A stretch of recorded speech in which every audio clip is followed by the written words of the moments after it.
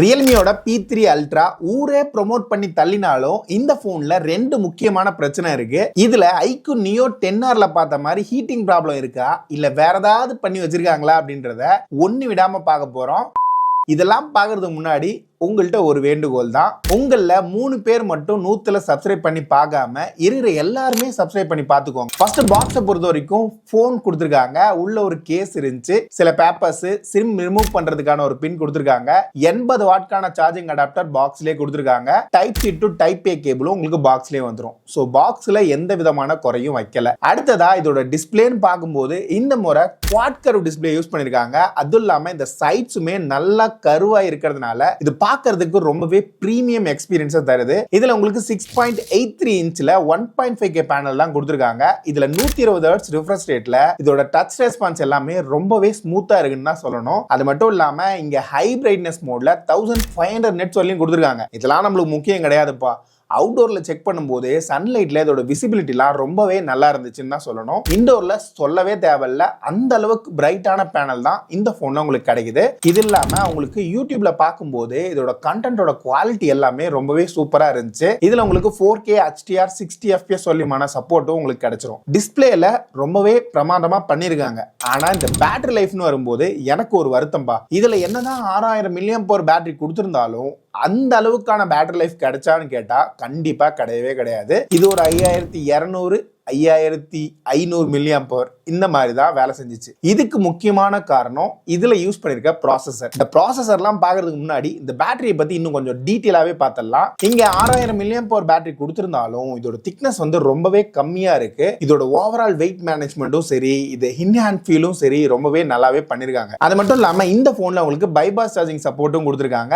Reverse charging support இருக்கிறதுனால இது மூலமா இன்னொரு போனை கனெக்ட் பண்ணியுமே சார்ஜ் பண்ண முடியும். இதெல்லாம் தவிர்த்து 80 வாட்கான சார்ஜர் கொடுத்திருந்தாங்கல்ல, அதை வச்சு சார்ஜ் பண்ணும்போது ஒரு 59 நிமிஷத்திலேயே 0ல இருந்து 100% ஃபுல்லா சார்ஜ் பண்ணி முடிச்சிருது. எனக்கு சார்ஜிங் டைம்லாம் முக்கியம் இல்ல, இதோட பேட்டரி லைஃப் பத்தி கொஞ்சம் சீக்கிரமா சொல்லுன்னு கேக்குறீங்களா? இதுல முக்கியமா நான் இது 2 முறை டெஸ்ட் பண்ணிருந்தேன். ஏன்னா இதோட பேட்டரி லைஃப் கவலைக்கிடமா இருந்ததுனால தான். என்னடா கவலைக்கிடன்னு கேட்டா நல்லா இருக்கு, நல்லா இல்லைன்னா சொல்ல மாட்டேன். ஆனா 6000 mAh சொல்லியிருக்காங்கல்ல, இதுக்கேத்த பேட்டரி லைஃப் கிடைக்கலன்றதுதான் பிரச்சனை. இதோட ஐடியல் டைம்னு பார்க்கும்போதும் சரி, இது நிறைய அப்ளிகேஷனை புஷ் பண்ணும் போதும் சரி, இந்த போன்ல எனக்கு 7.5 மணி நேரத்துல இருந்து 8 மணி நேரத்துக்கான ஸ்கிரீன் ஆன் டைம் தான் கிடைச்சிச்சு. இந்த போனோட டிசைனை பத்தி பேசும்போது இது ரொம்பவே யூனிக்கான ஸ்டைல்ல கொடுத்திருக்காங்க. இங்க பேக்ல முக்கியமா நம்மள்ட்ட இருக்கிற இந்த கலர் இருக்குல்ல, இங்க உங்களுக்கு மூன் லைட் கலர் மாதிரி ஒண்ணு கொடுத்திருக்காங்க.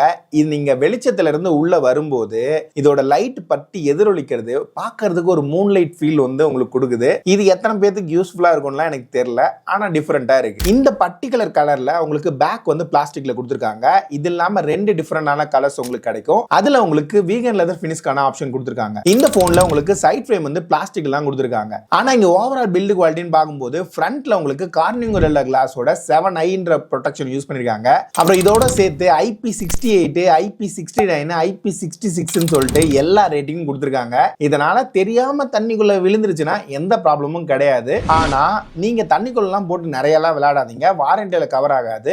இது இருக்கிறது நல்லது, ஆனா பார்த்து யூஸ் பண்ணுங்கன்னு சொல்றேன். அடுத்ததான் நம்ம பார்க்க போற ஏரியா இதோட பெர்ஃபார்மன்ஸ். இங்க உங்களுக்கு டைமென்சிட்டியோட 8350 அப்படின்ற ஒரு ப்ராசஸர் யூஸ் பண்ணிருக்காங்க. இது நல்ல பவர்ஃபுல்லான ப்ராசஸர் தான். இங்க உங்களுக்கு பெஞ்ச் மார்க்ல ஆன்டிடியூட்ல அரௌண்ட் 1.4 lakhs வலிமான ஸ்கோர் கிடைக்குது. இது இல்லாம தெர்மல் த்ராட்லிங்ல ஓரளவுக்கு டீசென்டான ஸ்கோர் கிடைக்குது. ஆனா 3D மார்க்கோட ஸ்டெபிலிட்டி வந்து அந்த அளவுக்கு சிறப்பா இல்ல. இந்த போன்ல நார்மல் யூஸ்ல நீங்க பண்றீங்கன்னா உங்களுக்கு எந்த விதமான ப்ராப்ளமும் கிடையாது. பெரிய அளவுக்கான ஹீட்டிங் கம்ப்ளைண்ட்லாம் எதுவுமே கிடையாதுங்க. ஆனா நீங்க ஒரு கேமிங்க்கு புஷ் பண்றீங்கன்னா அங்கதான் ஒரு ப்ராப்ளம் ஸ்டார்ட் ஆகுது. இந்த போன்ல உங்களுக்கு BGMIல 90 FPS சொல்லிமான சப்போர்ட் கொடுத்திருக்காங்க. CODல 120 FPS சொல்லிமான சப்போர்ட் கொடுத்திருக்காங்க. ரெண்டுலயுமே உங்களுக்கு கேமிங் எக்ஸ்பீரியன்ஸ் ரொம்பவே சிறப்பாவே கொடுத்திருக்காங்க. முக்கியமா BGMIய நான் இந்த போன்ல உங்களுக்கு GT மோட் வச்சுட்டு 120 Hz ரிஃப்ரெஷ் ரேட் வச்சு 90 FPSல நல்லாவே புஷ் பண்ணிருந்தேன். கேம்ல உங்களுக்கு ஃப்ரேம் டிராப்லாம் எதுவுமே ஃபேஸ் பண்ணாம நல்லா ஸ்மூத்தாவே ரன் ஆச்சு. ஆனா இது எல்லாமே உங்களுக்கு ஒரு 40 நிமிஷம் வரலையும் தான் கிடைக்குது.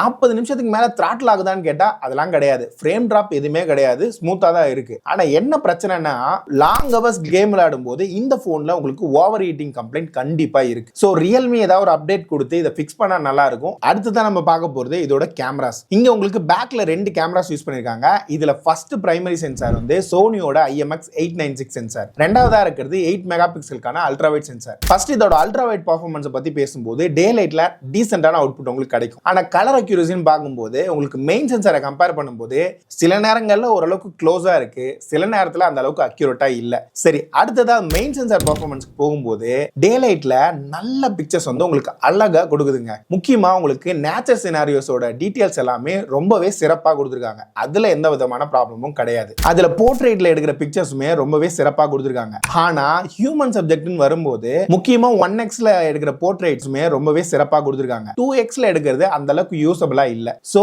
கேமரா சென்சார் நல்லா கேப்பபிள் தான், ஆனா ஹியூமன் சப்ஜெக்ட்டுக்கு இன்னும் கொஞ்சம் டியூன் பண்ணா நல்லா இருக்கும்னு நினைக்கிறேன். அப்புறம் இந்த ஃப்ரண்ட் கேமராவை பொறுத்த வரைக்கும் உங்களுக்கு 16 மெகா பிக்சலுக்கான சென்சார் யூஸ் பண்ணிருக்காங்க. இதுல டே லைட்ல அவுட்புட் என்னதான் நல்லா இருந்தாலும் ஷார்ப்னஸ்ல நல்லாவே சொதப்பி வச்சிருக்காங்க. அதாவது நிலாவில மேடு பள்ளம் இருக்குல்ல, அந்த மாதிரி இதோட ஃபேஸோட டீடைல்ஸ் எல்லாம் கொடுத்துருக்குது. இதை இன்னும் கொஞ்சம் லைட்டா சாஃப்டன் பண்ணி டீடைல்ஸை இன்னும் கொஞ்சம் என்ஹான்ஸ் பண்ணா நல்லா இருக்கும். ஆனா இப்போதைக்கு அப்டேட்ல எதுவுமே ஃபிக்ஸ் ஆகல. இதையும் அவங்க கொஞ்சம் பார்த்து சரி பண்ணா நல்லா இருக்கும். அடுத்ததா வீடியோ குவாலிட்டியை பத்தி பேசும்போது பேக்ல உங்களுக்கு 4K 60 fps சப்போர்ட் கொடுத்திருக்காங்க. இதுல இந்த பிரைசிங்க ஜஸ்டிஃபை பண்ற மாதிரி இதோட வீடியோ ரெக்கார்டிங் குவாலிட்டி இருக்கதா செய்யுது. முக்கியமா iQOO Neo 10 பார்த்தோம்ல, அதை கம்பேர் பண்ணும்போது இது ரொம்பவே பெட்டராவே வேலை செய்யுது. அங்கங்க மைக்ரோ ஜிட்டர்ஸ் இருந்தாலும் ஓரளவுக்கு டீடைல்ஸை நல்லாவே ரீட்டைன் பண்ணுது. ஃப்ரண்ட் கேமராவோட வீடியோ குவாலிட்டி உங்களுக்கு 1080p 60 fpsல ஓரளவுக்கு டீடைல்ஸை கொடுக்குது. ஆனா இங்கேயுமே ஷார்ப்னஸ்ல கொஞ்சம் இஷ்யூ இருக்க மாதிரி தான் இருக்கு. ஸ்டெபிலிட்டி ஓரளவுக்கு நல்லா பண்ணிருக்காங்க. அங்கங்க குட்டி குட்டி ஜிட்டர் மட்டும் நீங்க ஃபீல் பண்ண முடியும். சோ ஓவராலா வீடியோ குவாலிட்டி ஓரளவுக்கு நல்லா இருக்க மாதிரி தாங்க இருக்கு. அடுத்ததான் இந்த போன்ல உங்களுக்கு 2 ஸ்பீக்கர் கொடுத்திருக்காங்க. இதுல ஸ்பீக்கரோட குவாலிட்டி இந்த பிரைசிங்க்கு ரொம்பவே சிறப்பாவே பண்ணிருக்காங்க.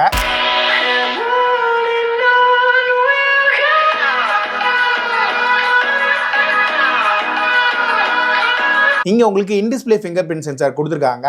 இது நல்லா அக்யூரேட்டாவே வேலை செய்யுது. ஃபேஸ் அன்லாக்கும் நல்லா அக்யூரேட்டாவே வேலை செய்யுது. அடுத்ததா இதோட காலிங் எக்ஸ்பீரியன்ஸை பத்தி பேசும்போது இங்க உங்களுக்கு ஆண்டனா லேஅவுட்ல நிறைய இம்ப்ரூவ்மெண்ட் தெரியுது. இது இல்லாம உங்களுக்கு 16 5G பேண்ட்கான சப்போர்ட் கொடுத்திருக்காங்க. என்னதான் இந்த நம்பர் ஆஃப் 5G பேண்ட் இருந்தாலும் அதனால உங்களுக்கு மேட்டர் கிடையாது. ஆக்சுவல் யூசேஜ்ல ஏதாவது கால் டிராப் இருக்கான்னு கேட்டா இந்த ஒரு மாசத்துல நான் யூஸ் பண்ணும்போது எந்த விதமான ப்ராப்ளத்தையும் நான் பெருசா ஃபேஸ் பண்ணல. சரி, இதெல்லாம் தவிர்த்து இந்த போன்ல உங்களுக்கு Wi-Fi 6க்கான சப்போர்ட் கொடுத்திருக்காங்க. ப்ளூடூத்ல இப்போதைக்கு 5.4 வெர்ஷன் சப்போர்ட் பண்ணுது. ஆனா அப்டேட்ல ஃபியூச்சர்ல ப்ளூடூத்ல 6 வெர்ஷன் வரதுக்கான வாய்ப்பு இருக்கு. அது மட்டும் இல்லாம டாப்ல உங்களுக்கு 2 நாய்ஸ் கேன்சலேஷன் மைக் கொடுத்திருக்காங்க. ஐஆர் பிளாஸ்டர் சப்போர்ட்டும் இருக்கு. இதனால உங்களால ஏசி, டிவி இந்த மாதிரி விஷயங்களையும் கண்ட்ரோல் பண்ண முடியும். பாட்டம்ல உங்களுக்கு மெமரி கார்டு சப்போர்ட் வந்து கிடையாது. 2 சிம் கார்டு ஆப்ஷன் மட்டும் தான் கொடுத்திருக்காங்க. இந்த போன்ல உங்களுக்கு ஸ்டோரேஜ் டைப்பை பொறுத்த வரைக்கும் LPDDR5X RAM யூஸ் பண்ணிருக்காங்க. UFSல 3.1 சப்போர்ட் தான் கிடைக்கும். இருந்தாலும் இதுல பெட்டரான ஸ்டோரேஜ் ஸ்பீட் கொடுத்திருக்காங்க. இதுல ரீட் அண்ட் ரைட் ஸ்பீட் வந்து அப் டு 2000 mbps வரையும் போகுது. இதை விட முக்கியமா இந்த போன்ல உங்களுக்கு Android 15 அவுட் ஆஃப் தி பாக்ஸோட கிடைச்சிரும். Realme UI 6ல தான் இந்த போன் ரன் ஆயிட்டு இருக்குது. இதுல உங்களுக்கு அனிமேஷன்ஸ் வந்து நல்லாவே ஸ்மூத்தா இருக்கு. அது இல்லாம ஓவரால் சாஃப்ட்வேர் எக்ஸ்பீரியன்ஸ் நல்லாவே இம்ப்ரூவ் பண்ணிருக்காங்க. இதுல உங்களுக்கு 2 வருஷத்துக்கான OS அப்டேட்டும் 3 வருஷத்துக்கான செக்யூரிட்டி பேட்ச் அப்டேட்டும் ப்ராமிஸ் பண்ணிருக்காங்க.